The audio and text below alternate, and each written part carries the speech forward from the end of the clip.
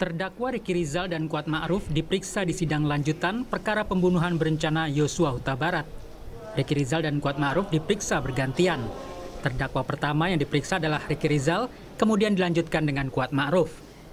Terdakwa Ricky Rizal mengaku tidak mendengar perintah hajar yang diucapkan Ferdi Sambo kepada Richard Eliezer untuk menembak korban Yosua. Bapak mengucapkan jongkok gitu ke arah Joshua. Dan Richard mencabut senjata dari mengarahkan senjata, terus seingat saya Joshua mundur, tidak mau jongkok, mundur gitu, terus ada apa nih kan, ada apa pak, ada apa, ada apa ini, terus ditembak sama Richard yang mulia. Saudara mendengar perintah yang disampaikan kepada Ferdi Sambo kepada Richard? Yang saya dengar hanya jongkok yang mulia. Enggak, pada saat itu dia mengatakan hajar Cat, hajar. Saya tidak mendengar yang mulia. Tidak mendengar. Ricky Rizal juga menjelaskan bahwa ia melihat Richard Eliezer menembak Yosua dan melihat Sambo menembak ke dinding. Ricky memperagakan gerakan Ferdi Sambo tembak dinding usai Yosua terbunuh di Duren 3 pada 8 Juli lalu. Kalau memang tidak. Pertama kali masuk itu kan sudah terjadi ribut-ribut Pak pada saat jalan itu. Kan saya bingung apa yang terjadi gitu, terus begitu ini Richard, ini Bapak Joshua di depan, terus Om Kuat saya lihat ada di posisi sebelah kiri kan. Saya jalan gitu, jongkok gitu. Saya masih jalan, jongkok gitu. Bapak marah, terus Joshua, ada apa nih? Apa pak? Gitu kan. Terus Richard kan seperti ini. Terus Joshua, ada apa nih? Lah itu saya set gitu loh, der gitu Pak. Saya kaget, der. Terus saya dengar ada dari Romer, saya langsung ke arah dapur sini Pak. Bagaimana penjelasan saudara? Romer di sini menjelaskan dia tidak pakai HT, sementara saudara HT atau hanya karena suaranya bergetar ke Yang HT? saya ingat waktu itu suaranya ada di HT, tapi suara Romer Pak. Sebelum terjadinya penembakan, Ricky Rizal mengaku diminta menembak Yosua, namun ia tidak kuat mental. Setelah itu, Sambo meminta Ricky membackupnya jika Yosua melawan. Saya diminta untuk backup dan mengamankan. Kamu backup saya, amankan saya. Kalau dia melawan, kamu berani nggak tembak dia? Setelah itu saya jawab, saya tidak berani Pak, saya tidak kuat mentalnya, seperti itu yang mulia. Majelis Hakim mempertanyakan perasaan Ricky Rizal setelah kejadian pembunuhan Yosua Huta Barat. Ricky mengaku menyesal, namun merasa tidak bersalah. Kami ingin tahu bagaimana perasaanmu sekarang. Saya merasa sedih atas semua yang saya alami yang mulia. Hanya sedih. Siap yang mulia. Nah, selain itu, selain merasa sedih, ya saya tidak menyangka kalau saya akan mengalami hal yang seperti ini yang mulia. Kamu tidak ada merasa bersalah apa tidak? Saya menyesali kenapa. Jangan, pertanyaan saya jadi jawab ya. Kamu merasa bersalah apa tidak? Itu saja dulu, biar kami tahu. Mohon izin yang mulia, bersalah atas apanya yang mulia? Atas kejadian ini, ada perasaan bersalah enggak? Enggak. Kalau dibilang bersalah, saya lebih menyampaikan kalau menyesali kejadian seperti ini. Menyesali ya, gitu ya. Iya yang mulia. Sementara terdakwa Kuat Ma'ruf mengaku mendengar perintah hajar dari Ferdi Sambo kepada Richard Eliezer. Seingat saya bahasa Bapak itu, kamu kurang ajar sekali sama saya. Kamu tegas sekali sama saya. Terus dia Bapak langsung nengok ke Richard, hajar Cat, ngomong begitu. Hajar Cat? Iya, hajar Cat. Ada 2 kali atau 3 kali bilang begitu. Kuat Ma'ruf juga mengaku diajari terdakwa Ferdi Sambo soal skenario pembunuhan Yosua. Kamu nanti ngomongnya begini aja. Kamu lagi nutup pintu balkon, ada suara tembakan, kamu tiarap. Jadi kamu mendengar tembakan tapi nggak tahu yang tembakan siapa. Ricky Rizal dan Kuat Ma'ruf didakwa melakukan pembunuhan berencana terhadap Yosua bersama Ferdi Sambo, Putri Chandrawati, dan Richard Eliezer. Mereka terancam hukuman maksimal hukuman mati. Tim Liputan Kompas TV. Sejumlah hal terungkap dalam persidangan kasus pembunuhan Yosua Huta Barat dengan terdakwa Ricky Rizal dan Kuat Ma'ruf. Apakah semua kesaksian yang diberikan terdakwa khususnya Ricky Rizal makin menyudutkan Verdi Sambo? Kita bahas bersama penasihat hukum Ricky Rizal, Erman Umar, dan juga pakar hukum pidana Universitas Jenderal Sudirman, Hipnu Nugroho. Selamat malam Pak Erman, Prof. Hipnu. Selamat malam Mbak Friska, Pak Erman. Ya, selamat malam Pak Agnu. Selamat malam, saya ke Pak Erman. Ini kan sudah selesai tahap pembuktian, tinggal menunggu tuntutan. Sejauh ini sudah tersampaikan semuakah di muka sidang atau masih ada yang mengganjal? Saya kira sudah tersampaikan, Pak. Sudah tersampaikan, kemudian bisa kita lihat juga dengan pertanyaan hakim. Itu pertanyaan hakim itu sangat vital, sangat psikologi yang menyatakan bersalah apa tidak. Dia merasakan tidak tegas, dia tidak menyatakan tidak bersalah. Tapi dia menyesal. Sebenarnya menyesal apa? Menyesal tidak bisa menghentikan. Tidak bisa berbuat apa-apa. Dan dia makanya dia sedih. Gitu. Kenapa? Kalau dia bersalah, berarti dia menyetujui Sambo membunuh. Sementara dia tidak menolak. Dan tidak ada upaya-upaya yang dilakukan sama dia yang mengarah perbuatan fisik untuk sampai membantu atau perbuatan apa yang membuat kematian Joshua. Jadi menyesal kenapa peristiwa itu terjadi. Tadi hakim kembali menanyakan intens tadi soal Ricky Rizal yang mengaku tidak mendengar perintah hajar, cat atau tembak versinya Richard. Padahal posisi berdirinya tidak jauh dari Verdi Sambo. Itu bagaimana? Kalau masalah itu masih bisa kita elaborasi. Dia paling masuk paling terakhir. Ada kemungkinan sebelum dia masuk sudah ada. Misalnya dia tidak melihat, kalau Richard kan pernah menyampaikan bahwa pada saat masuk si Joshua itu sudah didorong oleh Sambo lehernya untuk maju ke depan. Kemudian masalah hajar, mungkin saja ada kalimat hajar itu yang didengar sama Kuat atau siapa. Kemudian si Richard belum masuk, Ricky mungkin belum masuk. Jadi belum utuh dia melihat persoalan itu. Jadi yang dilihat pada saat dia masuk jongkok, ya itu mungkin pada saat akhir dia masuk, kemudian si Anu menembak. Jadi saya kira perbedaan-perbedaan itu hal biasa, termasuk hal yang selama ini menjadi dispute. Apakah Ricky Rizal melihat Sambo menembak Joshua atau tidak? Nah, tadi kenapa saya minta ini? Padahal sebenarnya berdasarkan keterangan dia di beberapa kesaksian juga sudah menyampaikan bahwa dia ada jeda waktu berbalik arah mendengar ada suara dari Romer. Untuk apa? Kan hakim bertanya, kenapa kok itu yang kamu pikirkan? Kenapa nggak melihat kejadian ini? Dia apa? Karena kegoncangan batin dia secara psikologis, dia juga butuh bantuan. Mudah-mudahan ada ajudan lain yang banyak di luar tuh masuk ke dalam melihat suasana ini.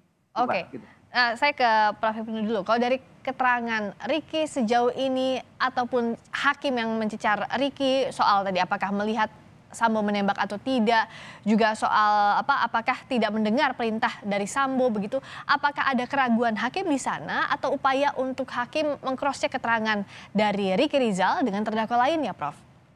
Iya, gini Mbak Friska. Jadi selamat dulu Pak Erman udah mau selesai ini ya.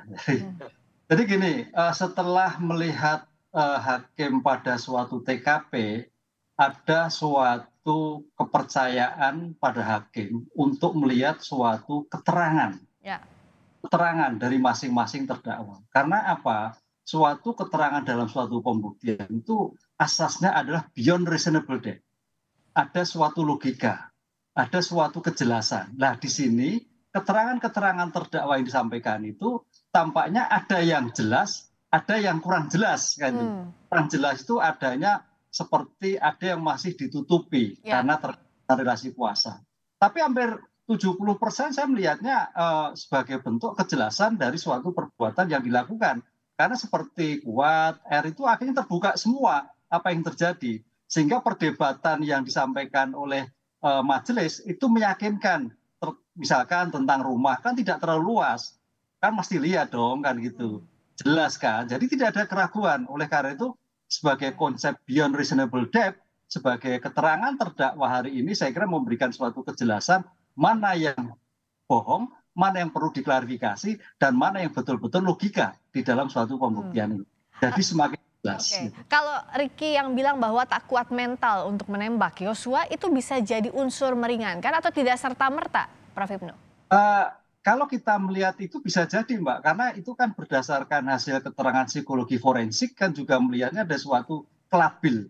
Bahkan apalagi yang bersangkutan belum pernah di dalam reserse menembak, itu belum pernah. Sehingga hal-hal yang berkait itu suatu kegoncangan jiwa bisa jadi. Ini yang menjadikan saya kira juga masuk logika ketika goncang jiwa, dan itu juga diterangkan dari keterangan kemarin psikologi forensik ada suatu ketidakketerangan. Kemampuan iya, tapi menggunakan senjata juga tidak semahir yang lainnya. Ini juga menjadikan suatu pertimbangan, Mbak. Tapi dalam hal seperti ini, pertanyaannya tadi, kenapa tidak mampu menahan, kenapa tidak mampu mencegah kan? Karena dalam suatu hukum itu ada istilahnya delik omissionis, artinya berbuat tidak berbuat, itu yang saya lakukan.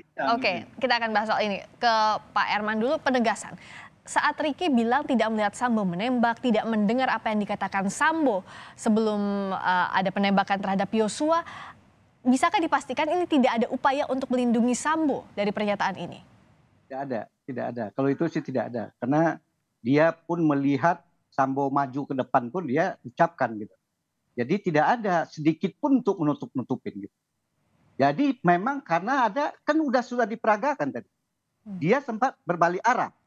Dan saya subperagakan. Dan ada keterangan lie detektor. Dan dia jujur dinyatakan hasil lie detektor. Jadi terserah majelis menilai. Tapi betulkah ada yang masih ditutupi, misalnya masih terhalang relasi kuasa dengan Sambo sepanjang persidangan ini?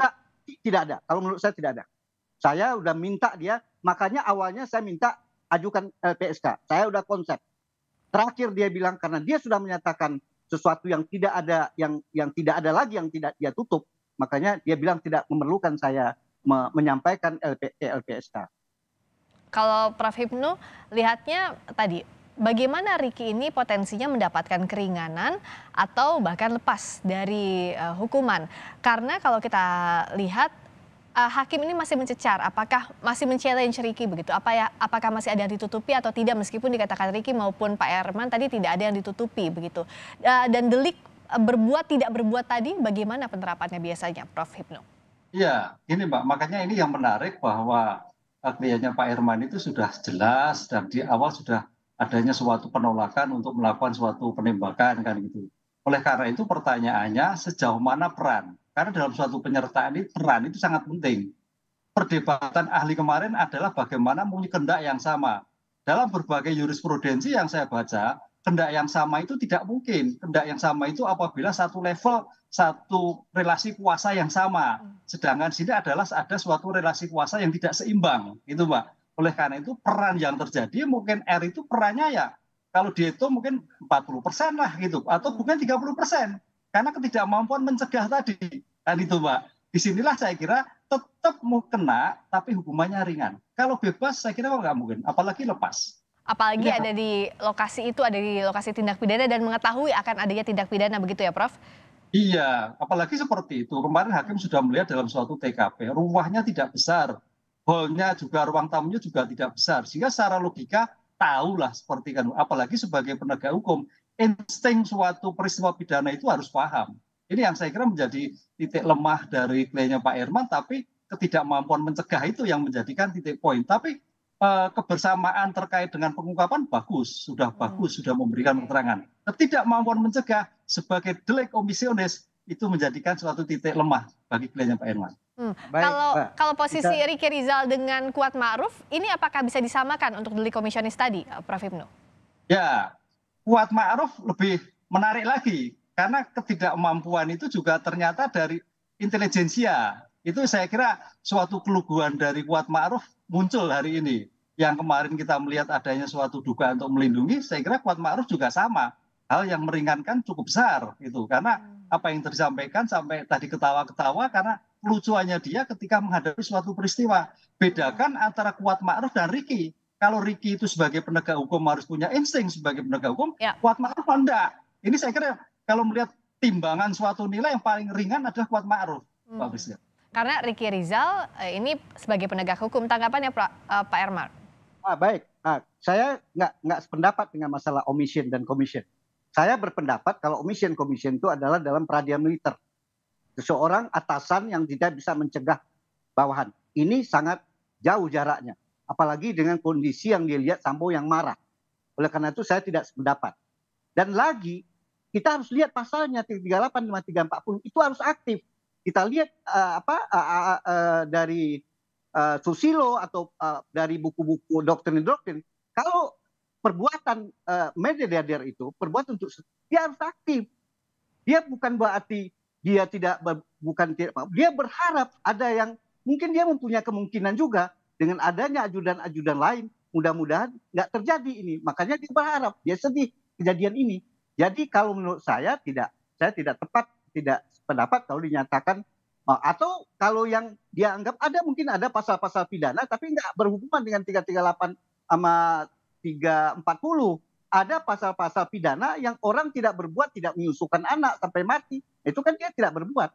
Kalau ini menurut saya harus dia membuat suatu kegiatan yang aktif membantu atau membuat sesuatu sehingga Joshua itu dia juga menginginkan terbunuhnya Joshua. Nah, jadi di situ perbedaan mungkin itu Pak, tapi tidak apa-apa Pak.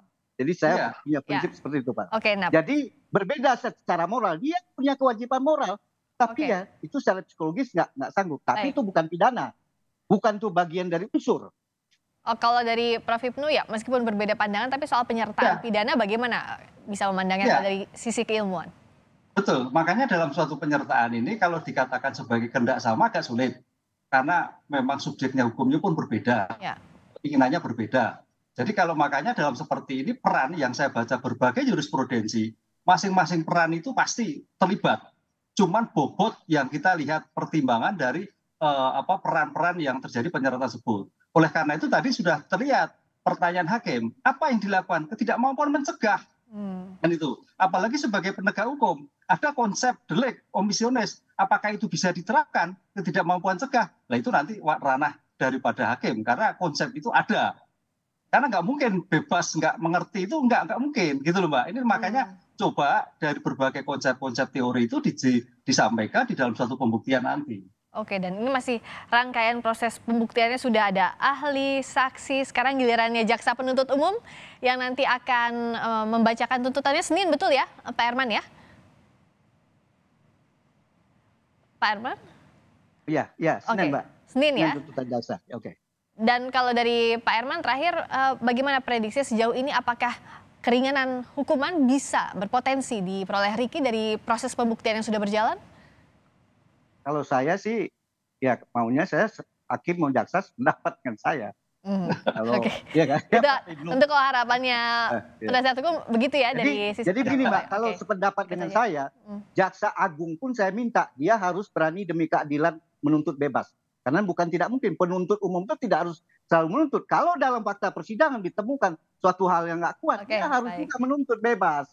Oke, baik. Nah, nanti kita akan dengarkan apa yang akan dibacakan oleh jaksa penuntut umum. Yang jelas pembuktian sudah berjalan dan tentu sepakat untuk tidak sepakat dari berbagai pihak penegak hukum yang terlibat dalam sidang ini. Tapi yang jelas nanti kembali ke keyakinan hakim kalau bicara soal vonis. Terima kasih untuk Prof. Hipnu, terima kasih juga Pak Herman Umar telah bergabung di Sapa Indonesia Malam. Terima kasih. Terima kasih malam Pak Hipnu. Terima kasih.